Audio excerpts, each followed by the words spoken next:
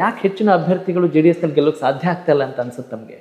ನಮ್ಮ ಕರ್ನಾಟಕ ರಾಜ್ಯದಲ್ಲಿ 224 ವಿಧಾನಸಭಾ ಕ್ಷೇತ್ರಗಳಲ್ಲಿ ಇವತ್ತು ಪ್ರಬಲವಾಗಿ JDS ಪಕ್ಷ ಇರ್ತಕ್ಕಂಥದ್ದು ನನ್ನ ಪ್ರಕಾರ 74 ವಿಧಾನಸಭಾ ಕ್ಷೇತ್ರ. 74. ಇನ್ನು ಉಳಿಕೆ ಇರ್ತಕ್ಕಂಥದ್ದು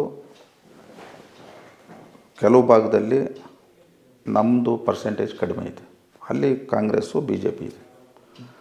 ಇಲ್ಲಿ ಪ್ರಾಬ್ಲಮ್ ಏನಾಗ್ತಾಯಿದೆ ಅಂದರೆ ಯಾವುದೇ ಕಾರಣಕ್ಕೂ ಕಾಂಗ್ರೆಸ್ ಪಕ್ಷದ ಹಿಂದಿನ ಮತಗಳು ಬೈಫರ್ಕೇಟ್ ಆಗಲ್ಲ. ಹಂಗಂತೀರಾ? ಅದು ಏನಿದ್ರು ಲಾಸ್ಟ್ ಡೇ ಕಾಂಗ್ರೆಸ್ ಅಂತಲೇ ಓಟ್ ಬೀಳ್ತೈತೆ. ಆದರೆ ಇಲ್ಲಿ BJP JDS ಕಾಂಗ್ರೆಸ್ 3 ಪಕ್ಷ ಇರೋದರಿಂದ ಟ್ರಯಾಂಗಲರ್ ಬಿದ್ದಾಗ ಇಲ್ಲಿ ಸ್ಪ್ಲಿಟ್ ಆಗೋಂಥದ್ದು ಕಾಂಗ್ರೆಸ್ ವಿರುದ್ಧವಾಗಿರ್ತಕ್ಕಂಥ ಮತಗಳು.